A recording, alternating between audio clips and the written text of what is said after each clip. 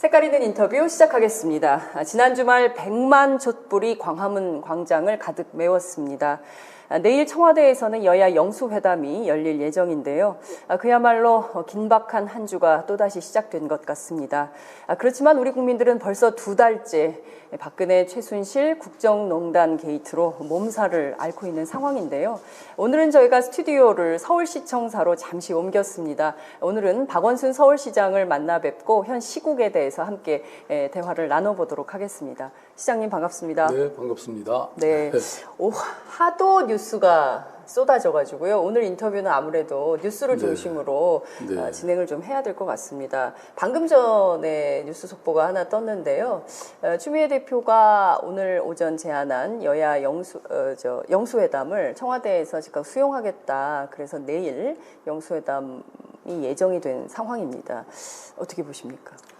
저는 기본적으로 영수회담을 제안한 것이 굉장히 뜬금이 없었다 이렇게 생각합니다. 왜냐하면 일단 영수회담의 제안이라는 것이 결국 그 상대를 인정하는 거지 않습니까? 네. 근데 지금 뭐 지난번 집회에서 온 국민의 아주 명확한 입장은 대통령의 즉각 사임, 즉각 물러나라는 것이거든요. 네. 그런데 대통령을 만나겠다고 하는 것이 저는 이해가 안 가는 것이고 또 뿐만 아니라 지금 뭐 민주당 대표만 지금 영수회담을 한다는 것이지 않습니까? 네. 그러면 지금 저는 야권의 공조 이것이 굉장히 중요하다고 보거든요. 그렇죠. 그런데 그러면 다른 말하자면 다른 당의 대표들이 당연히 반대겠죠. 그러니까 이것은 야권의 분열로 이어질까 봐서 저는 걱정이고요. 네. 그리고 만약에 이게 이제 뭐 청와대가 이걸 받았기 때문에 청와대로서야 이게 사실 좋은 제안이죠. 만나서 어쨌든 대화한다는 것 자체가 이제 도움이 되는 것이고. 그런데 이제 만약에 하나 실제 성사가 된다 하더라도 저는 사임에 대한 통고 요구 외에는 이게 국민들의 요구니까 국민들의 요구를 전달하는 것 외에는 일체 저는 어떤 협상이나 뭐 조건 이런 게 없어야 된다고 봅니다. 지금 사실 저는 민주당이 뭐 저도 지금 당원이지만 사실 좀 그동안 이 행보가 너무 갈짓자였고 굉장히 머뭇거리고 지금 그러지 않았습니까? 그래서 사실 지난번 집회에서도 보면 이 국민들의 이 야당에 대한 민주당에 대한 공격이나 사실 반대도 상당히 심했습니다. 저는 이런 민심과 사실 따로 가면 저는 이 사실 뭐 야권도 저는 국민의 심판을 받지 않으리라는 법이 없는 것이죠. 네. 그렇다면 지금 굉장히 뜬금이 없는 제안을 했다. 그러니까 박근혜 대통령에 대해서 온 국민은 하야하라 이런 주장을 하는데 제1야당인 추미애 민주당 대표가 오히려 대통령의 지위를 인정함으로써 오히려 상황을 교란시켰다, 꼬이게 만들었다 이렇게 보시는 건가요? 아니 그러니까 이제 회담이라고 하는 것은 뭔가 토론할 주제가 있고 협상할 내용이 있을 때 하는 거잖아요. 근데 지금 현재 전국이 상황이 이 즉각 퇴진이라고 하는 국민들의 명확한 요구, 그 다음에 사실상 저는 지난번 집회로서 탄핵은 됐다. 국민에게는 이미 탄핵된 그야말로 이런 뭐 정말 국민들 입장에서는 단 1시간이라도 단 1초라도 박근혜 대통령이 국민이고 싶지 않다라는 이 의사가 분명해졌는데 이게 왜 갑자기 회담이고 뭐 영수회담이고 하는 것이 나왔는지 아마 우리 국민들이 일단 이해가 안 될 것 같습니다. 어제 추미애 대표가 그 당의 중진들 최고위원 연석회의를 열었는데 그 자리에서 이런 제안이 나왔었다. 그래서 어찌됐든 촛불 민심을 전하려고 한다. 그리고 지금 굉장히 국정이 혼란한 상황인데 이 국정이 혼란한 상황을 어떻게 하면 수습할 수 있는지 그 문제를 함께 논의할 것이다라는 얘기가 민주당에서 나오고 있습니다. 그러니까 두 가지 내용이 어떤 협상의 내용이다라는 것이 민주당의 주장인데요. 이 협상의 여지가 없다고 보십니까? 아니 그러니까 국민이 불안한 것은 바로 이 박근혜 대통령의 헌정문란, 국정농단으로 야기된 것이지 않습니까? 그렇습니다. 그런데 이 책임의 주체, 그야말로 이 최순실 게이트의 몸통이 박근혜 대통령이잖아요. 네. 그런데 이분하고 무슨 협상이 있으며 이분이 무슨 그 불안을 자초한 사람이 네네. 그 불안을 안정으로 만들 수 있느냐는 것이죠. 네. 지금 저는 이 민심을 정확히 깨닫는 것이 중요하다고 생각합니다. 그것은 뭐 대통령은 말할 것도 없고 네. 새누리당도 그렇고 저는 야당조차도 민주당조차도 그 이 국민의 요구, 민심의 이 향방에 대해서 정확히 인식하는 게 중요하다고 생각하는데 아니 지난주에 그렇게 토요일 날 100만 명이 나와서 외치고 그 현장에 있어보면 누구나 국민들의 요구는 너무나 간단하고 명확한데 그걸 이렇게 제대로 받지 못한다는 것이 저는 이해가 안 갑니다. 그러니까 정치라는 것은 결국 국민의 요구, 국민의 명령을 따르는 것이잖아요. 지금 박근혜 대통령의 즉각 사퇴라는 것은 그야말로 명백한 국민의 명령입니다. 그게 계속 조건을 달고 뭔가 여지를 남기고 이렇게 하면 오히려 박근혜 대통령이 스스로 이렇게 물러나지 않을 명분을 만든다거나 시간을 끄는 이유가 되는 것이죠. 저는 야당 대표가 해야 될 일은 이런 국민의 명령에 정확히 따라서 함께 대통령의 그 이 즉각 사임을 요구해야 되는 것밖에 없다. 저는 이런 생각이고요. 뭐 또 하나 말씀드리고 싶은 것은 결국 왜 민주당이 이렇게 갈짓자 행보를 하고 있냐. 사실 뭐 이것은 저는 기본적으로 지금 당의 지도부 그다음에 당의 지도부에 가장 큰 영향을 미치고 있는 문재인 저는 전 대표님의 이런 어정쩡한 자세 때문이라고 저는 생각합니다. 그러니까 저는 기본적으로 이 상황에서는 오직 국민의 목소리에만 저는 전념을 해야지 이것이 무슨 어떤 그 정략적 고려라든지 이런 고민을 해서는 저는 안 된다고 저는 생각하고요.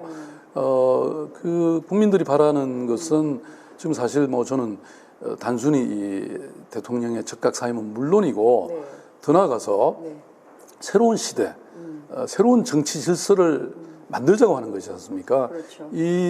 이것이 사실은 뭐 박근혜 대통령의 국정농단이라는 것에 직접적인 기인은 있었지만 원인이 있지만 그 외에 새로운 정치 질서에 대한 이런 부패와 특권 이 질서를 무너뜨리고 정말 공정하고 정의로운 이런 세상을 만들자는 것인데 그런 측면에서 저는 민주당도 저는 지금 일종의 하나의 기득권이 되어 가고 있는 게 아닌가. 그러니까 왜 국민의 요구를 이렇게 받는데 머뭇거리냐. 저는 이런 말하자면 생각입니다. 추미애 대표가 제1야당 대표로서 정치적 오판을 하고 있다 이렇게 보시나요? 네, 저는 명백한 오판이라고 생각합니다. 정치적 오판이다. 내일 그러면 참여를 하지 말아야 됩니까? 어떻게 생각하십니까? 영수회담. 뭐 이미 제안을 했으니까 뭐 그것은 본인에게 달려 있지만 어쨌든 저는 이 영수회담의 제안과 성사 과정 자체가 국민으로서는 납득할 수 없는 행보다. 당 내에서도 그런 여론이 많을까요? 그래서 뭐 당내 상황은 제가 잘 모르겠습니다만은 저는 어쨌든 그 아까도 말씀드렸던 국민의 요구를 명령을 정확히 지금 인식하고 그게 따라서 당의 입장을 정하고 행동하고 실천해야 된다 이렇게 저는 봅니다. 그렇군요. 자, 그 문재인 대표의 그 오락가락한 갈짓자 행보에 대해서 오늘 아침 라디오에서도 좀 지적을 하셨는데요. 지금 국민의 목소리에 충실히 귀 기울일 때이지 어떤 그 정략적으로 판단해서는 안 된다 이런 입장을 주셨는데요. 문재인 대표가 정략적 판단을 하고 있다면 어떤 포인트에서 그렇게 보시나요? 지금 뭐 이제 어쨌든 정치권에서는 가장 유력한 후보시잖아요. 그러니까 지금 뭐 이런 상황이 혹시나 그런 위상에 어떤 흔들림이 있을까 뭐 그런 저는 고민이 아닐까 하는 생각이고요. 근데 지금 저는 뭐 저도 뭐 한 사람의 정치인으로서 그런 생각이야 없을 리 없겠죠. 그렇지만 저는 이 상황에서 정말 국가가 절대절명의 위기에 처해 있고 지금 온 국민의 분노가 하늘에 닿았는데 이런 상황에서는 어떤 개인적인 고려를 할 상황은 아니라고 저는 봅니다. 지금 그 자신의 그 대선 문제로 이 상황을 판단해서는 안 된다. 그러니까 국가 위기를 저는 아니 뭐 그 모든 걸 떠나서 네. 아까도 제가 말씀드렸지만 어떤 개인도 어떤 정당도 네. 어떤 그런 정략적인 네. 고려라든지 이런 뭐 정략적인 정파적인 네. 이런 이해에 매몰돼서는 안 된다는 것이죠. 그건 또 우리 국민이 바보가 아니지 않습니까? 네. 지금 뭐 정말 토요일 날 집회에 나가 보면 네. 우리 국민들이 정말 똑똑하고 정말 지혜롭고 네. 정말 현명하다는 걸 우리가 누구나 다 느끼고 있는데 네. 이런 상황에서는 정말 모든 것을 버리고 우리가 정말 이 난국을 해결하는 데에 집중해야 된다라고 하는 생각이죠. 그렇군요. 굉장히 중요한 한 주가 시작된 것이나 다름이 없습니다. 어쨌든 한반도의 운명을 가를 일주일이 시작됐다 이렇게 볼 수 있을 것 같은데 정략적 판단으로 정파적 이해에 따라서 이번 정국을 왜곡해서는 안 된다 이런 말씀을 주신 걸로 이해를 하도록 하겠습니다. 민주당에 대한 답답함이 좀 있으신 것 같아요. 제1야당인데 왜 이렇게 머뭇거리나 이런 답답함이 있으신데 민주당 내부에 저희들이 좀 취재를 해보면요. 우리는 매우 신중한 태도를 보이는 것이다. 그러니까 제1야당이고 국정의 한 파트너이기 때문에 가볍게 움직일 수 없어서 그런 것이니 이해해달라 이런 얘기를 하는데요. 어떻게 보십니까? 아니 그러면 무슨 지금 다시 다른 정말 시국을 이렇게 해결하는 네. 극복하는 다른 대안을 내놓고 있습니까? 저는 그 대안이라는 것이 지금 현재로서는 국민의 일치된 네. 요구인 즉각 그 사퇴라고 하는 네. 퇴진이라고 하는 것 외에는 저는 답이 지금 없다고 저는 생각이 되고요. 네. 지금 이 야당이 네. 사실은 지난번 총선 때 사실은 여러 가지 뭐 분열 상황도 초래한 거 아닙니까? 네. 저는 사실은 적전 분열을 한 것이고 선거 시기에 총선이라는 것이 정말 우리 대한민국의 엄청난 의회 권력을 만드는 과정에서 네. 이 분열을 한 것도 저는 정말 국민들에게 심판을 받아야 되는 상황인데도 불구하고 우리 국민들은 그래도 현명하게 야당에게 네. 어쨌든 다수당을 되게 만들어줬고 어쨌든 형식적으로 보면 민주당이 일당을 한 거지 않습니까? 네. 일당이 된 건데 과연 그런 총선의 민심을 제대로 반영해서 네. 지난 그 6개월이 됐습니까? 이 기간 동안에 제대로 국민의 입장을 대변했냐? 예컨대 세월호 진상규명 네. 제대로 됐습니까? 그다음에 그 군 위안부 우리 네. 위안부 할머니들에 대한 그 네. 반대도 불구하고 네. 그 정부의 어떤 이 협약에 네. 뭐 제대로 제동을 걸었습니까? 그다음에 국정교과서 막았습니까? 뭐 이 노동개혁이라고 하는 이름 하에 네. 이른바 그 이 성과연봉제 노동계가 일치해서 반대하는 네. 이런 일에 야당이 도대체 무슨 역할을 했냐는 겁니다. 사실 이 일도 저는 그 연장선상에 있다고 생각해요. 그러니까 국민의 요구, 네. 국민의 이 정말 이 민생 도탄의 상황에 빠진 국민들의 그 절박한 요구에 저는 귀 기울이는 거, 그게 정치의 근본이 아니냐. 네. 저는 사실 뭐 예컨대 내년에 정권의 교체라는 것이 굉장히 중요하다고 생각합니다. 네. 그렇지만 이 광장의 목소리는 정권의 교체를 넘어서 있거든요. 물론 이 썩어 빠진 이 정권, 네. 이 박근혜 대통령을 하야시키는 것이 물론 1차적 과제지만 네. 국민들의 관심은 사실 또 그 이후로 넘어서 있습니다. 아까도 말씀드렸던 이런 정말 불의하고 네. 불공정하고 또 이런 불통인 이 정치 체제, 정치 질서, 새로운 어떤 보다 더 정의롭고 네. 보다 더 공정한 이런 어떤 세상을 만들자고 하는 그 꿈이 그런 또 갈망이 정말 온 광장에 네. 하루 종일 넘실거리는 걸 우리가 봤잖아요. 네, 네. 그렇다면 저는 민주당도 내년 대선에서 정권을 찾아오겠다는 저는 그것만이 능사가 아니라고 생각합니다. 그러면 과거에 우리가 정말 우리가 정권을 맡았을 때 네. 국민의 정부나 참여정부 때도 과연 우리가 잘했는가? 정말 거기에서 새로운 어떤 그 민족의 네. 이런 새로운 길을 방향을 여는 네. 이런 새로운 어떤 질서를 만들어냈는가에 대한 저는 충분한 고민과 자성과 성찰이 있어야 된다고 생각합니다. 우리 국민들이 하려고 하는 거거든요. 그래서 저는 딴 거 하지 말고 우선 광장에 나와서 저는 사실 하루 종일 제가 이 시민들과 함께 있으면서 정말 많은 걸 배우고 느꼈고 부끄러움을 느꼈거든요. 그래서 그런 것이 지금 우리가 정치인이 해야 될 근본 자세가 아닌가 저는 그렇게 생각했습니다. 사실 시장님께서 민주당 당원이시고 저는 기자인데 제가 민주당 입장에서 자꾸 질문을 드릴 수밖에 없을 것 같습니다. 왜냐하면 여러분들께서 이제 이해를 좀 해주셔야 되는 게 이게 반대 입장에서 질문을 좀 드릴 필요가 있어서 그런 건데요. 이를테면 국회는 제도 정치권이기 때문에 지난 그 정기국회에서도 문제 제기를 계속했고, 그리고 또 위안부 협상이라는 것은 사실 그 정권의 몫이기 때문에 야당이 할 수 있는 것이 별로 없다. 이제 이런 몇 가지 포인트로 얘기를 합니다. 그래서 중요한 것은 그 과도하게 제도 정치권 안에, 그러니까 여의도 문법에만 너무 매몰된 거 아니냐 이런 비판도 있지만 본인들로서는 그것이 충실한 것이다. 이런 주장을 또 합니다. 그 점은 좀 어떻게 보세요? 의회의 역할이라는 것에 대해서. 그러니까 의회에도 의회의 권능 자체가 왜 존재합니까? 결국은 국정을 견제하고 비판하고 견인하라는 것이거든요. 사실 그래서 아주 막강한 이 국정감사라든지 또 입법권, 예산심의권 이런 게 다 있잖아요. 그러니까 그리고 그런 본연의 권한을 국회가 행사해야 될 뿐만 아니라 특히 야당이지 않습니까? 뭐 과거에 우리가 그 어려운 군사독재 정권 시절에도 아니 김영삼, 김대중 이런 야당 지도자들이 얼마나 이 정치를 바꿔오고 국민들의 요구를 대변하고 그리고 마침내 이 국민들의 광범한 힘과 더불어서 야권이 이 큰 흐름이 돼서 결국 민주주의를 이룩한 거 아닙니까?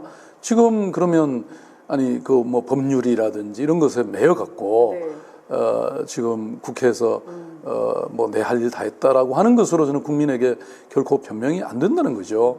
지금 이 현장을 나가보면 그리고 이 여러 가지 수치나 통계를 보면 저는 국민들이 정말 죽지 못해 살고 있는 상황이거든요.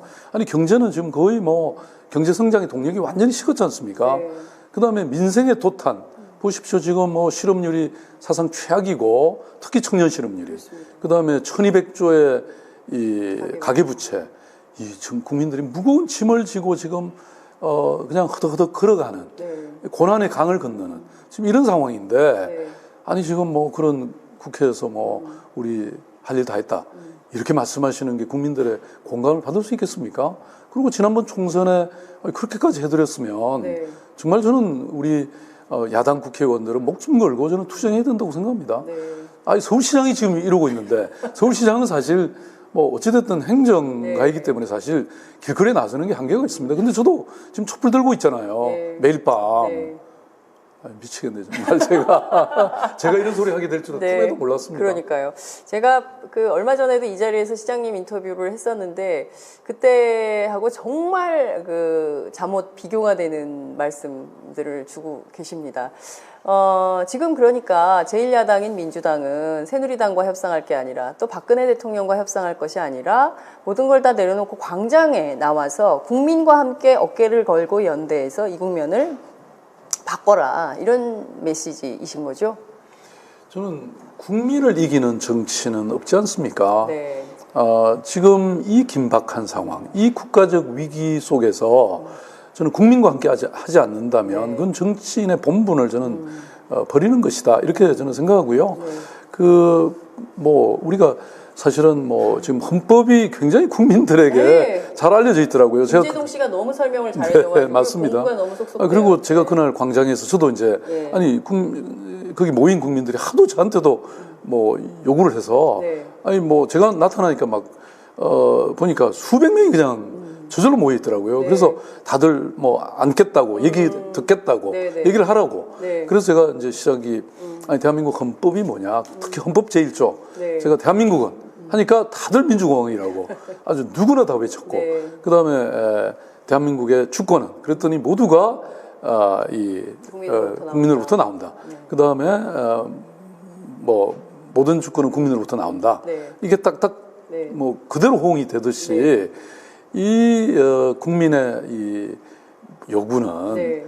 너무나 분명한 것이고 우리 헌법에서도 가장 중요하기 때문에 헌법 제1조에 넣은 거 아닙니까? 그렇습니다. 그리고 한마디로 박근혜 대통령의 죄를 묻는다면 대한민국 헌법 제1조 위반입니다. 네. 그야말로 헌정 질서를 교란시키고 국정을 농단한 것이니까요. 네.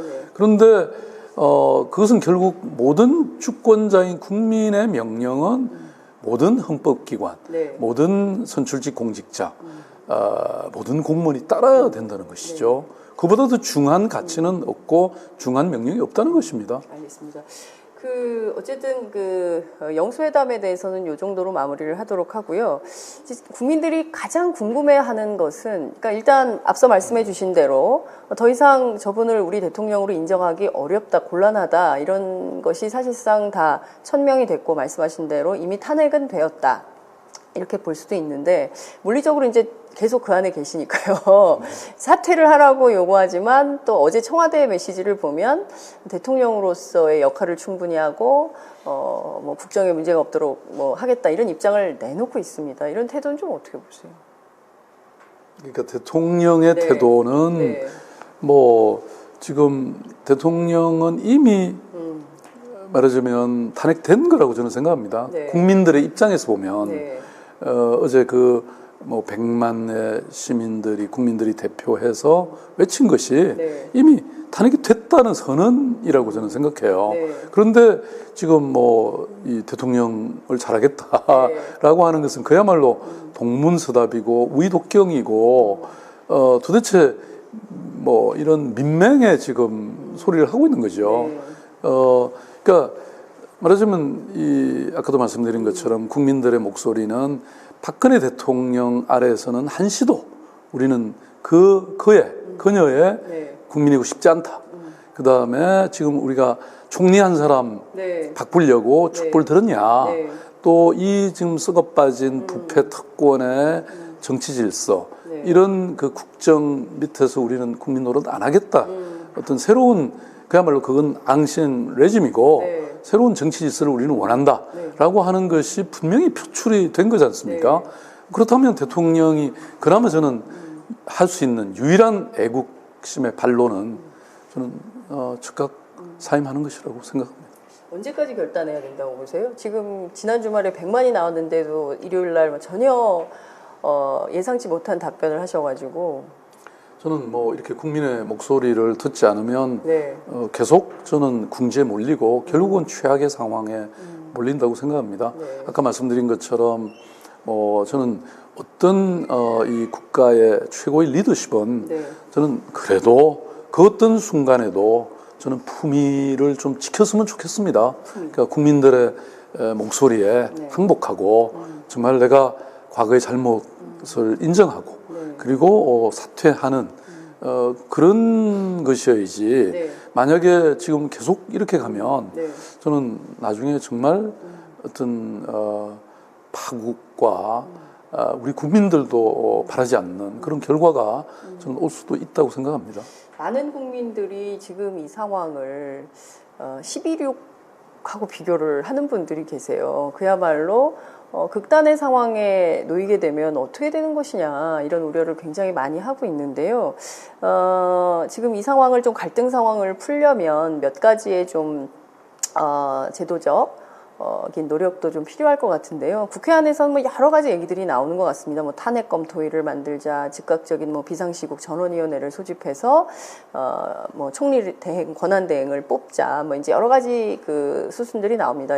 시장님께서는 전직 인권운동가시기도 하시지만 또 법조인이시기 때문에 단계적으로 국민들이 궁금한 건 그럼 어떻게 되는 건가, 이후에 어떤 프로세스가 필요한가, 어떤 정치 과정이 필요하다고 보십니까? 이제 방금 제가 대통령의 마지막 사명에 대해서 말씀을 드렸는데 저는 그동안에 이제 나온 많은 논의들이 이미 사실 있습니다. 네. 그 중에 가장 이상적인 것은 사실 질서 있는 퇴진이라고 생각합니다. 그게 이제 정의당이라든지 여러 또 이 분들이 주장하고 있는 건데 일단 그야말로 과거 우리가 그 4.19 혁명 이후에 과도 내각이 만들어졌고 그리고 새로운 선거를 준비해서 민주당이 집권하지 않았습니까? 네. 그래서 굉장히 짧은 시간 동안에 이 어떤 질서를 최소한의 질서를 유지하고 또 빠른 시간 안에 이 선거를 치룰 수 있는 거국 내각을 만들고 근데 그것의 이 핵심은 또 여야가 함께 합의해서 만들고 그리고 그것이 구성되면서 곧바로 대통령은 퇴진하고 뭐 이런 모습이 사실은 질서 있는 퇴진이고 대통령으로서도 나름 그래도 이 최악의 상황을 막는 그런 품격 있는 퇴진이라고 저는 생각은 합니다. 그렇지만 이것은 이 박근혜 대통령이 이렇게 할 때 가능한 일이지 않습니까? 근데 지금 뭐 태도로 보면 그거조차도 할지 알 수 없는 상황이고 저는 이 탄핵에 대해서는 이런 생각을 합니다. 물론 박근혜 대통령이 끝까지 즉각 사임을 안 하면 뭐 탄핵 절차로 돌입할 수밖에 없죠. 그렇지만 이 탄핵이라는 것이 우선 국회 3분의 2 국회의원의 동의를 얻어야 되지 않습니까? 물론 최근에 이제 비박계의 의원들이 지금 뭐 탄핵을 주장하고도 있기 때문에 뭐 될 가능성도 있긴 하지만 여전히 불확실한 상황이고 또 동시에 최대 지금 6개월 그죠? 180일 동안 이 헌법재판소가 헌재가 또 결정해야 되는 거죠. 아니 그러면 뭐 최대 사실은 이렇게 되면 거의 한 8개월의 시간이 흘러버리는데 지금 과연 우리의 상황이 그 긴 시간을 우리 국민들이 인내할 시간이며 이 위기를 지금 그렇게 방치해도 되는 시간이냐 저는 이런 고민이 사실 당연히 있죠. 지금 뭐 저는 크게 보면 아까 경제 위기, 민생 도탄 말씀을 드렸는데 외교에 있어서도 지금 뭐 정말 남북 관계도 뭐 핵 위기가 사실 지금 우리 이 문제 때문에 묻히긴 했지만 그것도 절박한 위기이고 또 이런 그렇죠. 그리고 또 미국의 지금 새로운 대통령이 탄생한 상황에서 이걸 지금 그렇게 뭐 6개월, 8개월을 가져갈 상황이냐? 저는 어떤 이 불안도 지금 이 대통령의 교체, 이 적각 사임 이것만큼 안정을 빨리 찾는 방법은 없다고 저는 생각합니다. 지금 말씀하신 대로 한순간도 하루라도 빨리 이 국면이 좀 마무리돼야 일상으로 국민들이 돌아가실 수 있을 것 같습니다. 지금 뭐 전부 뉴스 검색하고 SNS 하시느라고 이 국면에서 이게 어떻게 될지 알 수가 없어서 일이 손에 일이 손에 안 잡히다 이런 메시지가 저희들한테도 굉장히 많이 오는데요. 근데 사람들이 이제 적각 사임하면 혼란이 오지 않겠냐? 저는 이 현명한 국민들은 그렇게 생각지 않습니다. 그야말로 적각 사퇴가 오히려 새로운 정치 질서, 새로운 안정을 가져올 것이라고 하는 확신을 갖고 계신 것 같아요. 근데 자꾸 그걸 뭐 대통령 사임하면 어떻게 하냐? 이거는 헌법이 예정하고 있지 않습니까? 헌법적 절차에 따라서 하는 것이죠. 물론 부족한 부분이 있고 일부 혼란이 있겠죠. 그렇지만 그러면 하야하지 않는 그 여러 방법은 더 큰 혼란을, 더 큰 위기의 연속을 가져온다는 것이죠.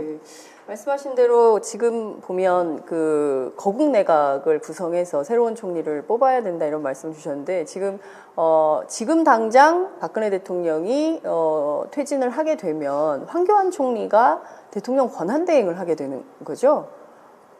아닙니까? 아니면 그렇게 되죠. 김병준 총리 후보자도 있지 않습니까? 지금 그분은 아직 총리로 인준을 못 받았기 때문에 현재는 황교안 총리가 그대로 대통령 권한대행이 되는 것이죠. 대통령이 되는 겁니다, 말하자면. 그런 수순이 좋겠습니까? 아니면 그 전에라도 빨리 여야 합의로 오늘 아침 새누리당 최고위원회에서 조원진 최고위원은 야당이 추천하는 총리 받겠다 이제 이런 얘기까지도 했는데요. 그 절차를 이번 주 안에 마무리해야 되는 거 아니냐 이런 얘기도 나옵니다. 맞습니다. 그래서 뭐 황교안 국무총리를 대통령 권한 대행으로 하자는 것에 대해서는 또 국민들이 모두가 반발을 할 겁니다. 그래서 아까 질서 있는 퇴진의 한 요소인 그야말로 더군다나 지금 이 새누리당이 야당이 추천하는 사람을 국무총리로 하겠다고 하니까 그러면 뭐 야당이 할 일은 빨리 정말 뭐 오늘 하루라도 야3당이 모여가지고 정말 국민의 존경을 받을 수 있고 또 이 위기를 넘길 수 있는 좀 명망 있는 그런 우리 사회의 원로를 저는 모시고 빨리 그걸 하면 네. 저는 그러면 이 질서가 상당히 잡힐 수 있고 네. 그리고 그 전제 조건으로서 네. 대통령은 바로 하야하는 이렇게 되면 저는 상당히 편하게. 정리가 되겠죠. 예. 예. 그러니까 지금 추미애 대표가 내일 박근혜 대통령 만날 게 아니라 야3당이 함께 말씀하신 명망 있는 그리고 국민들로부터 존경받는 총리 후보를 결정하는 거다. 저는 그렇게 봅니다. 그렇군요. 알겠습니다. 심상정 대표도 이것은 민심, 100만 촛불 민심을 왜곡하는 것이다. 이렇게 비판 성명을 내기도 했는데요. 저희가 좀 지켜보도록 하겠습니다. 거국내각 문제 말씀을 해주셨는데 여야 합의로 대통령 퇴진 문제까지 다 결정이 돼야 된다. 여기까지 말씀을 좀 주셨습니다. 내각이면서는 과도 내각이어야 된다고 과도 봅니다. 내각. 그러니까 이 내각이 해야 될 역할은 네. 사실은 대통령의 즉각 사임과 그 사임에 따른 뭐 혼란을 방지하고 네. 또 선거를 대선을 빠른 시간 안에 치러서 국가의 리더십을 빨리 세우는 것. 거기에 한정해서 네. 굉장히 단기간에 저는 해야 된다 이렇게 봅니다. 즉각 사임하면 2달 안에 대선을 해야 되지 않습니까? 그러면 오히려 2달짜리 총리가 필요한 거다. 지금 우리에게 필요한 것은. 그러니까 말씀드린 과도 거국 내각이 네. 만들어지지 않으면 그렇죠. 그런데 뭐 그 부분은 네. 이 부분과 함께 여야 합의하고 네. 또 대통령이 동의하는 방식으로 된다면 그런 이상적인 방법이 될 수 있겠죠. 그렇군요. 알겠습니다. 대통령 검찰 조사와 관련해서 좀 여쭙겠습니다. 현직 대통령으로는 아마 처음으로 박근혜 대통령이 이르면 내일 검찰 조사를 받게 될 걸로 보입니다. 뭐 청와대에서는 서면 조사로 하자라는 제안을 했지만 검찰이 그건 좀 곤란할 것 같다 이런 입장을 밝혔다는데요. 우선 또 검사 출신이시잖아요. 서면 조사 요청 어떻게 보세요? 제가 시장이 아니라면 특별검사를 한번 하고 싶네요. 네. 그런데 사실 뭐 저는 그게 소환조사든 또는 뭐 서면조사든 사실 지금 현재 검찰이 네. 조사하는 것에 대해서 국민들의 사실 광범한 근본적인 불신이 있다고 저는 생각합니다. 다시 말씀드리면 지금 이 검찰총장을 누가 임명했습니까? 지금 박근혜 대통령이 임명하지 않았습니까? 네. 그리고 지금까지 보인 이 검찰의 태도가 어떻게 됐습니까? 뭐 심지어는 우병우라고 하는 네. 그 청와대 이 수석의 민정수석의 말에도 꼼짝 못하는 그런 검찰 사정기관이지 않았습니까? 네. 그런데 하물며 대통령이 아직은 네. 어쨌든 시퍼렇게 살아있는데 네. 검찰이 과연 얼마나 제대로 조사하겠는가에 대한 저는 그런 근본적인 의문이 있습니다. 그래서 네. 사실 가장 바람직하기로는 네. 이것도 여야가 빨리 박근혜 최순실 게이트에 관한 특별법을 빨리 만들고 사실 뭐 법이라는 것은 여야가 합의하면 그날도 소집해서 바로 통과시킬 수 있는 거 아닙니까? 그렇게 해서 그 특별법에 따른 특별검사가 따로 임명이 돼야 국민이 그걸 믿죠. 저는 결국은 국민이 믿지 않는 어떤 수사, 어떤 수사의 결과도 결국은 또 다른 조사 요구에 또 직면할 겁니다. 네. 지금 참고인 신분으로 소환을 한다는 건데요. 이 사건에서 박근혜 대통령이 참고인 자격이라고 보십니까?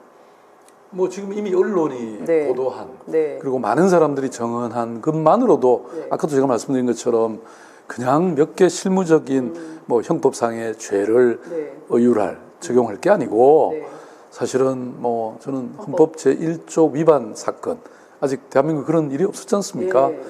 물론 이제 내란 외환의 죄를 제외하고는 현직에서는 소추당하지 아니한다 이런 조항은 있습니다. 그렇지만 수사는 얼마든지 할 수 있고 발표도 할 수 있고 저는 그것이 결국은 대통령의 이 하야 즉각 퇴진에 결정적인 영향을 또 미칠 거라고 생각합니다.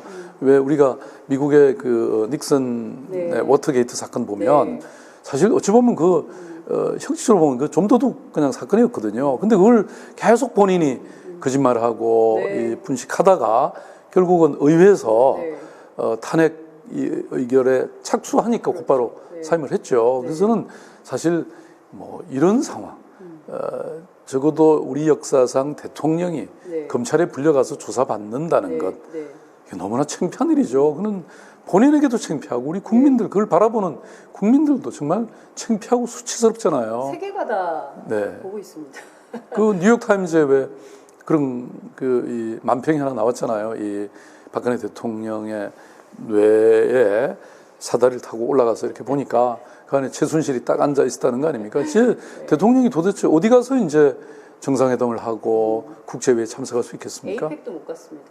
그 에이펙이라는 것도 사실은 그게 굉장히 중요한 회의거든요. 예. 다자간 또는 뭐 양자간 그 국가 정상들이 만나서 어떤 국가적 과제들을 많이 해결하거든요. 저도 뭐 시장들 회의에 가면 단순히 큰 그 회의에 참석하는 것뿐만 아니라 거기 가서 많은 시장들 만나서 양자회담을 해가지고 많은 것들을 해결하고 우호조약 맺고 다 그러는 거거든요. 네, 그러니까요.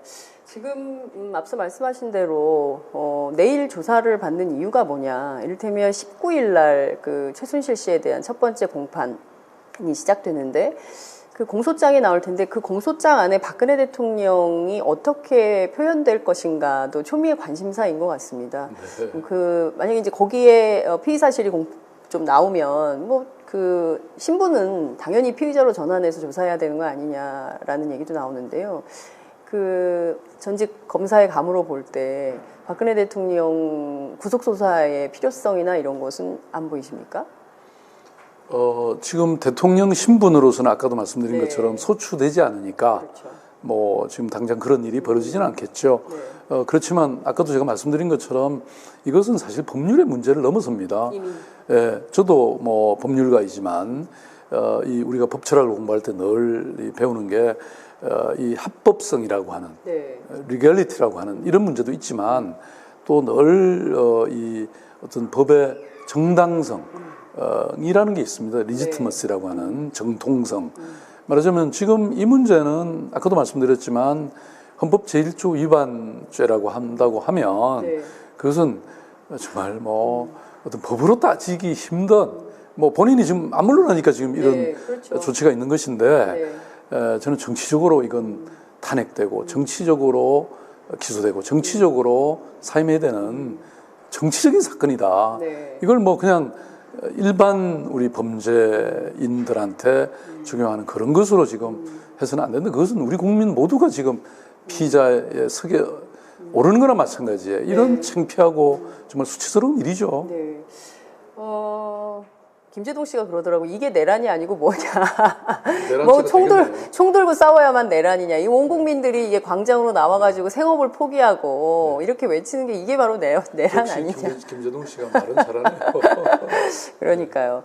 참 이 대통령 수사를 바라보는 여러 시각들이 있지만 지금 상황에서 이 지경까지 이르렀는데도 버틴다는 것은 정말 그 자체로는 참 대단한 멘탈 갑이다. 이런 생각들을 좀 하고 있는 것 같습니다. 언론은 박근혜 대통령에게 뭐 4가지의 길이 있다 뭐 이러면서 이제 분석들을 하고 있긴 합니다만 시장님께서 좀 시간을 좀 정해주세요. 언제까지 그만두시라고? 아니 저는 뭐 오늘이라도 어제 그저께죠 벌써 토요일 날 그 집회는 사실 제가 아주 상징적인 어디 언론의 사진을 하나 봤는데요. 그야말로 그 경복궁과 청와대를 둘러싼 모든 곳에 이 경찰 차량을 배치해서 완전히 하나의 성으로 가뒀잖아요. 근데 그런다고 거기서 외치는 국민들의 목소리가 안 들리지는 저는 않았을 거라고 생각합니다. 그러니까 이 100만 국민이 외치는 또 5천만 국민을 대표해서 외치는 그 목소리가 저는 분명히 들렸을 거라고 생각하고요.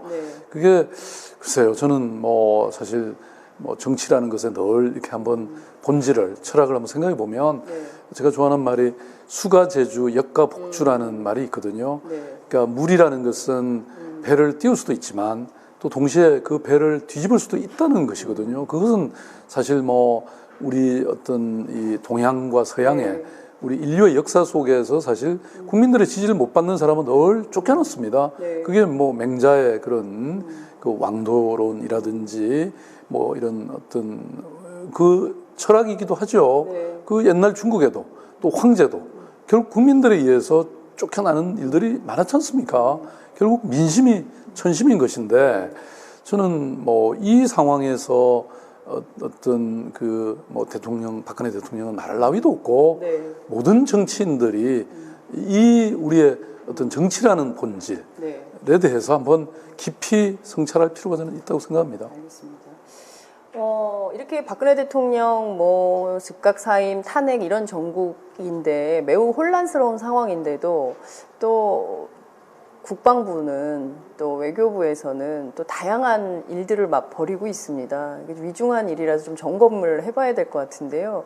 우선 오늘 도쿄에서 한일 군사정보보호협정을 가서명을 한다고 합니다. 앞서 이제 아무것도 하지 마라. 아무것도 하지 마라. 이제 피켓 시위를 온라인 시위를 벌이셨는데요. 뭐 지금 사실 너무 황당한 일이죠. 넋이 나가 있다 저는 그렇게 생각합니다. 아니 지금 이 와중에 예. 저도 집회를 쭉 돌아보면서 그때 나왔던 구 중에 하나가 아무것도 하지 말라는 겁니다. 이미 식물 대통령이고, 더 나아가서 국민은 탄핵됐다. 말하자면 이런 지금 주장인데 도대체 왜 이 상황에서 이런 중대한, 이 결정을 하고 지금 협약을 맺냐 이겁니다. 저는 기본적으로 더군다나 이 박근혜 대통령, 박근혜 정권은 이 일을 할 수 있는 권한이 없다고 생각해요. 권한이 없다. 왜냐? 아니 보십시오. 지금 뭐 아까 말씀드렸던 정신대 할머니들 그 반대 무릅쓰고 지금 협약을 했잖아요. 또 뭐 지금 무슨 독도 문제라든지 강제징용 사건이라든지 이런 거 정말 하나도 해결 못했고 또 역사교과서 사건 이런 것에 대해서 박근혜 대통령이 취임 초에 사실 이런 문제에 대해서 본인이 언급하고 본인이 이걸 제대로 해결할 것처럼 얘기해놓고 지금 와서 이것을 추진한다는 것이 어떻게 국민들의 동의를 얻겠습니까? 진짜 아무것도 하지 말아야 됩니다. 지금 아무것도 하지 마라. 이제 이런 메시지를 주셨어요. 사드 배치도 마찬가지인 것 같습니다. 이제 국방부가 롯데하고 네 번이나 이제 그 부지 장소를 바꿨잖아요. 결국 이제 롯데 골프장하고 바터를 하는데 경기도 남양주에 있는 토지를 대토 방식으로 준다. 뭐 협상이 거의 마무리됐다라는 건데요. 그 땅이 1,500억인데 600억으로 바꿔먹게 하냐 이런 비판도 나오고 있습니다. 뭐 저는 그런 세세한 내용을 따지기 전에 이 사드 문제는 뭐 그 당시에도 이미 그런 비판이 있었지만 사실 이거 굉장히 중요한 우리 국가 안보의 문제이지 않습니까? 더군다나 이것이 미국과의 우리 한미 관계와 또 심지어는 그 중국과의 관계, 또 이 대북 관계에 있어서 사실 뭐 엄청나게 중요한 사건인데 그럼에도 불구하고 사실 국회의장이 그 다음날 언론을 보고 알았다든지 뭐 외교부 장관이 뭐 어디 자기 바지 고치러 어디 백화점에 간 사이에 뭐 발표가 됐다든지 아무튼 말하자면 여기도 최순실 관계한 거 아닙니까? 아니 왜냐하면 의혹이 계속 도대체 이 중요한 그러니까 청와대 안에서조차 심지어는 이 정부 우리 요인 3인이라고 흔히 말하지 않습니까? 이 국회의장도 모르게 이렇게 졸속으로 이것이 발표된 것이 저는 이해가 안 되고 저는 가장 이 튼튼한 안보는 국민의 신뢰 위에 국민의 통합, 국민의 신뢰라는 저는 자산이라고 봅니다. 그러니까 말하자면 이런 문제일수록 저는 뭐 충분히 국민과의 협의와 이런 토론 속에서 나와야 그것이 진정한 튼튼한 저는 안보의 어떤 정책이 될 수 있다. 이렇게 저는 생각합니다. 하여튼 국민이 납득하지 못하는 일들을 지금 박근혜 정부가 벌이고 있는데 현재로서는 아무것도 하지 말고 기다려라 이런 메시지를 좀 주셨습니다. 그러면 당장 지금 할 이유가 없지 않습니까? 급할 이유가 없는데 왜 이렇게 서두르는지 그 의도는 또 그러니까 이거는 뭐 내년에도 되고 후내년에도 되는 일이죠. 지금 이미 사실 그 군사정보보호협정은 이미 17개국하고 맺었다고 하는데요. 그러니까 할 수 있다고 생각합니다. 다만 일본은 아니죠. 일본은 지금 우리가 이런 많은 현안들을 남겨놓고 있고 특히 국민 감정이 이걸 용납할 수 있습니까? 사실 이 중요한 게 자위대 문제 때문 아니겠어요? 우리는 또 아픈 역사를 겪었기 때문에 그렇습니다. 이 문제를 그냥 일본을 그 정보 군사 정보를 공유하도록 하고 하는 것은 국민 감정이 도저히 용서할 수 없다, 용납할 수 없다 이런 얘기가 있다 이 말씀을 좀 드릴 수 있을 것 같습니다. 중요한 문제가 좀 있는데요. 그 서울시장이신데 계속 점점점 그 정치적 발언의 수위가 높아지셔서 조만간 공식적으로 대선 출마 선언을 하시겠다 이런 예측들을 하던데 실제 언제 하시는 겁니까? 제가 서울시장 지금 잘 챙기고 있습니다. 이번 그 100만 집회를 네. 그래도 큰 사고 없이 이렇게 치르는 거는 물론 저는 성숙한 네. 정말 대단한 우리 국민들의 힘이라고 저는 기본적으로 생각하지만 네. 또 동시에 저희들이 뭐 이런 여러 이 어떤 안전에 관계된 정말 힌트 치셨어요. 화장실 지도, 네. 이하보호소 이런 거. 뭐 많이 부족했지만 네. 그래도 사실 100만이 모이면 이게 저는 뭐 그렇죠. 계속 노심초사했던 게 이게 압사라든지 사실 이게 뭐 그렇습니다. 거의 이 숨을 못 쉴 정도로 네, 사람들이 이렇게 맞습니다. 지나가고 있었는데 그게 뭐 이렇게 뭐가 잘못 넘어지면 정말 그런 사고가 없으리라는 보장이 없었던 것인데 네. 저는 그런 거 잘 챙기는 게 우선 제 역할이라고 생각하고요. 말씀하신 사실 대선 문제는 저는 지금 적어도 이 시기는 아니라고 저는 생각하고요. 다만 저도 뭐 몇 차례 말씀을 드렸습니다만은 사실 이런 그 국민의 요구라든지 네. 역사의 부름이 없이 네. 어떻게 그런 일이 가능하겠습니까? 저는 서울시장 출마할 때도 사실 제가 그런 어떤 소명감 이런 걸 저는 느꼈기 때문에 제가 나왔던 것이고요. 사실 정치를 전혀 안 하다가 정치인이 된다는 거는 굉장히 실존적 그 결단이 없으면 안 됩니다. 지금 우리 저 장윤선 MC 앵커 보고 지금 기자 보고 지금 바로 내년에 뭐 서울시장 출마하라고 하면 결정할 수 있겠습니까? 아니, 저는 전혀 가당치 않으세요. 아니, 저도 그렇게 생각했습니다, 사실은. 근데 어떤 그런 요구가 이렇게 딱 오는 때가 있더라고요. 네. 그래서 근데 그것은 뭐 정말 어떤 개인의 문제가 아니지 않습니까? 이거는 더군다나 지금 이 시기에 아까도 제가 말씀드린 것처럼 저는 뭐 오직 우리가 어떤 자기가 선 위치에서 네, 네. 자기의 직무를 충실히 하면서 그렇지만 또 이 모든 국민들이 지금 다 광장에 나오시듯이 네. 아니 명색이 그래도 대한민국 수도의 서울시장인데 네. 이 부분에 관해서 이런 발언하고 참여하고 네. 역할을 하는 것이 평범한 지금 우리 국민들도 누구나 하는 일인데 네. 제가 안 해서 그게 되겠습니까? 네. 말씀하신 대로 정말 진짜 시민의식이 뛰어나더라고요. 그러니까 저는 왜 저희들이 이제 주로 그 독일 시민사회를 굉장히 부러워하고 막 독일 사람들 대단하다 막 이런 얘기를 많이 하는데 독일을 넘어선 것 같아요. 그러니까 네. 말씀하신 대로 화장실 줄이요. 40분 정도를 기다려야 갈 수 네. 있었어요. 그런데 누구 하나 불만 뭐 막 문제 제기하시는 분 없이 조용히 그 줄을 다 기다려서 화장실 다녀오시고 정말 숨을 쉴 수 없을 정도로 꽉 차 있었거든요. 특히 경복궁역 사거리 같은 경우에는 뭐 움직일 수 없을 정도였는데 그런데도 시민들이 뭐 전혀 뭐 불편함이나 이런 거 얘기하지 않고 서로 질서를 경찰은 맞습니다. 오히려 전부 청와대 안쪽으로 가 있어가지고 예. 시민들끼리 서로 안전을 막 그렇습니다. 지켜야 되는. 예, 저도 이제 이 시청 쪽에 네. 줄이 정말 이제 오고 가는 줄 자체가 거의 서 있다시피 하고 그래서 이제 일부 막 이렇게 네. 밀리는 게 있었는데 그럴 때마다 사람들이 밀면 안 된다, 밀지 말자, 네. 뭐 안전 이런 구호를 막 스스로 외치면서 네. 그게 통제가 됐고요. 그 다음에 또 하나 이 쓰레기 처리. 네. 깜짝 놀랐어요. 저도 제가 이제 2시 정도니까 이제 집회가 네. 몇 군데만 이제 남았고 그래서 이렇게 한번 둘러보고 있는데 네. 아니 어떤 청년이 네. 이 큰 대용량 네, 네. 쓰레기 봉투 있잖아요, 규격 예, 예, 봉투. 예, 예. 그걸 이렇게 막 이만큼 한 묶음을 들고 다니길래 아 지금 뭐 어디 누구 뭐 저는 혹시 서울시청 직원인 줄 알고 예. 물어보니까 아니 자기는 여기 일산에서 왔는데 네. 그냥 대학생이더라고요. 네. 그 24시 가서 그걸 사갖고 와서 예. 그걸 필요한 사람한테 나눠주는 거예요. 그 자기 돈으로. 예. 그다음에 또 조금 오다 보니까 아니 그 왜 젓가락 있잖아요. 네네. 그걸 들고 어떤 여성이 예. 거기 뭐 이렇게 붙어 있는 거 잘 안 떨어지는 거 예. 이걸 뜯고 있는 거예요. 그래서 물어보니까 전주에서 왔어요. 그래서 이거 아니 그러면 차도 지금 끊겼는데 2시니까 예. 어떻게 하냐 그랬더니 아니 아침까지 청소하고 예. 자기는 첫 차 타고 전주 내려가겠다고. 대한민국이 그런 나라입니다. 대한민국 국민은 정치는 부끄럽지만 네. 국민은 자랑스럽습니다. 네.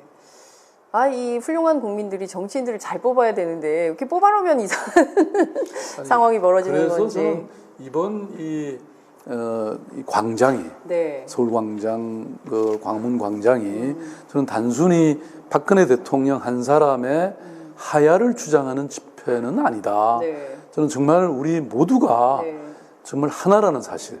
그리고 이 과거의 어떤 잘못된 정치 질서를 새로운 정말 국민들이 꿈꾸는 그 간절히 갈망하는 그런 정치 질서로 가자고 하는 하나의 어떤 토론의 과정이고 네. 또 결의를 다지는 과정이다. 네. 저는 이거는 위대한 순간들이라고 저는 생각합니다. 네. 이것이 그래서 하나의 저는 이게 우리가 참 그 대통령을 생각하면 부끄럽고 절망스럽지만 네. 오히려 저는 축복과 같은 네. 이런 행복한 순간들이라고 저는 생각하고 있고요. 그래서 이 과정이 저는 그런 소모적인 시간들이 아니라 정말 새로운 정치 질서를 우리가 구상하고 네. 하나하나씩 따져가는 그래서 이런 헛된 시간들이 아니기를 네. 그리고 실제로 아니라는 사실을 네. 저는 확신하게 됐습니다. 오늘 아침에 저희가 함세웅 신부님 인터뷰를 했는데요. 함 신부님께서 이런 말씀을 하시더군요. 오히려 박근혜 최순실에게 고맙다. 우리 국민들이 정말 하나가 돼서 친일부터 군사독재까지 그 잘못된 과거의 역사를 불의의 역사를 씻을 수 있는 한꺼번에 씻어버릴 수 있는 기회를 준 거 아니냐 이런 역설적 역설적으로 설명. 보면 저는 늘 위기가 기회이고요. 우리가 잘 활용하기에 따라서는 네. 그리고 그런 불행이 늘 새로운 행운으로 저는 만들 수 있다고 생각합니다. 이 정도의 국민들의 인식과 네. 현명함이라면 네. 저는 얼마든지 우리가 그렇게 만들 수 있다고 생각하고요. 네. 그래서 지금 이번에 이 어떤 대통령의 이 그 사퇴라고 하는 이 국면과 네. 그리고 향후 이어지는 어떤 정치적인 스케줄, 네. 뭐 대통령 선거도 있고 그다음 또 지방 선거도 있고 있는데 네. 이제는 좀 과거와는 다른 네. 정말 우리가 분단 70주년이 지금 네, 작년에 지났죠. 지났잖아요. 네. 그러면 이제 앞으로 30년만 지나면 이게 그 정말 한 세기가 분단 체제로 갑니다. 네. 저는 여기에 대한 어떤 우리가 절박감을 갖고 정말 지금 나머지 30년을 정말 새로운 이 패러다임의 네. 국가를 만들어가는 저는 이런 과정이 되도록 우리가 해야 된다 네. 이렇게 생각합니다. 내년이 이제 87년 유월항쟁 30년이 되는 해인데요. 올해 29년째인데 정말 큰 차원에서 혁명적 상황을 맞고 있는 것은 아닌가 이런 생각도 좀 그리고 그것도 있고요. 또 2019년이면 네. 3.1운동 네. 100주년. 다시 말씀드리면 그때 임시정부가 섰기 때문에 우리 헌법은 네. 임시정부를 건국으로 보지 않습니까? 네. 지금 뭐 이 정부 박근혜 대통령의 저는 또 죄악 중에 또 하나가 바로 분단 8.15 이후에 예, 1948년을 네. 대한민국 건국으로 보고 있단 말이에요. 그러니까 그것도 저는 일종의 친일적 태도라고 저는 보는데 왜냐하면 아니 우리가 얼마나 간고한 독립운동을 그 일제 시기에 일제 강점기에 했는데 네. 그걸 무시하는 거잖아요. 그렇죠. 그래서 어쨌든 2019년이면 또 이게 건국 100주년이 됩니다. 그래서 네. 서울시는 이미 네. 건국 100주년 기념 사업 그 구상을 하고 네. 지금 예산도 내년에 또 반영해 놓고 있습니다. 특히 임시정부 기념관을 하나 만들자고 해서 네. 지금 그 서대문 형무소 옆에 지금 서대문 의회를 그렇게 지금 바꾸기 위해서 네. 새로 신축하기 위해서 지금 준비하고 있습니다. 그렇군요. 또 꼼꼼히 서울시에 네. 시정 홍보를 해주시는군요. 이건 홍보가 아니고 정말 이 네. 아까 말씀하신 게 저는 정말 중요하다고 생각하거든요. 네. 민족의 정기를 바로 세우는 것만큼 중요한 게 없기 때문에 그 일을 지금 아무리 급해도 그건 해야죠. 네. 정말 새로운 100년을 열어가기 위한 채비를 저희가 이번 주에 정말 단행을 국가적으로 해야 되는 거 아닌가 싶은데요. 방금 전에 속보가 하나 또 들어왔는데 민주당이 오늘 오후 4시에 긴급 의총을 열어서 영수회담에 대한 입장을 좀 정한다고 합니다. 뭐 의원들 간에 이제 논의가 모이겠지만 이 영수회담 문제가 좀 어떻게 마무리되어야 한다고 생각하십니까? 물론 추미애 대표는 방금 페이스북에 본인 의견을 올려서 민심을 전하려고 했던 거다. 촛불 민심을 전하려고 했던 것이고 여러분들께서 이제 그런 의견을 전해주셔서 가려고 했었다. 이렇게 이제 해명에 나서기도 했는데요. 뭐 민심을 전달은 사실 모든 언론이 했고 모든 현장이 다 했지 않습니까? 오마이 TV도 열심히 했습니다. 네, 그러니까 만나면 적각 사임하십시오. 그 말밖에 무슨 얘기가 있습니까? 그럼 그걸 구태에 만나서 그 말만 하러 갈 수 있나요? 네. 그러니까 저는 처음부터 영수회담 제안은 좀 정말 잘못한 거라고 생각합니다. 네. 아마 저는 의원총회에서 잘 결론이 나기를 바랍니다. 네, 이제라도 좀 거두어 드려라. 차라리 만날 필요 없다. 이런 제안을 좀 하실 필요도 있다고 생각하십니까? 뭐 그래도 저희 당의 대표신데 제가 예, 아무튼 뭐 의원님들이 네. 예, 합리적으로 판단을 해주시겠죠. 네. 네. 알겠습니다. 저희가 이제 시간이 다 돼가지고요. 정리를 좀 해야 될 것 같은데요. 100만 촛불 의미, 앞서 이제 말씀을 쭉 해주셨습니다. 그렇지만 우리 국민들은 지금 매우 불안하고 또 한편으로는 분노가 있고 또 헛헛하고 이런 상황입니다. 끝으로 국민들께 한 말씀 부탁드릴게요. 뭐 저는 한마디로 말씀드리면, 지난 그 집회에서 100만이 모인 우리 국민들의 이 모습은 두 가지라고 생각합니다. 하나는 분노의 이 물결이었습니다. 그야말로 박근혜 대통령의 그 헌정농단 국정문란 사태에 대한 엄중한 책임으로서 즉각 사임하라고 하는 그 분노의 물결이었고요. 또 하나는 그것을 넘어서서 네. 정말 새로운 시대, 새로운 질서, 새로운 체제에 대한 어떤 갈망의 넘실거림이었다. 저는 그렇게 생각하고요. 그래서 아무튼 이 두 개가 결국은 우리 국민들의 위대함을 보여줬고, 그래서 이런 불행과 수치를 그리고 희망과 낙관으로 이렇게 만들어주는 저런 요소다. 그래서 너무 좌절하거나 실망하지 말고 우리가 이런 힘으로, 이런 열정으로 저는 새로운 국가를 만들어 갔으면 좋겠습니다. 오늘 저녁에도 촛불 집회 참석하십니까? 저는 뭐 특별한 일이 없으면 매일 참석합니다. 예, 그렇군요. 오늘 촛불 집회에 가면 박원순 시장을 또 만날 수 있다고 합니다. 주말에도 또 큰 집회가 있고요. 정말 계속 이렇게 국민들이 생업을 중단하고 집회하지 않을 수 있도록 박근혜 대통령도 이제는 좀 결단을 하셔야 될 것 같다, 이런 생각이 좀 드네요. 저희들 국민 그 집회에 참석하는 국민들의 안전 네. 잘 지키겠습니다. 네, 역시 멘트는 마지막으로 안전한 네, 서울 네, 네. 주셨습니다. 오늘 말씀 잘 들었습니다. 네, 감사합니다. 감사합니다.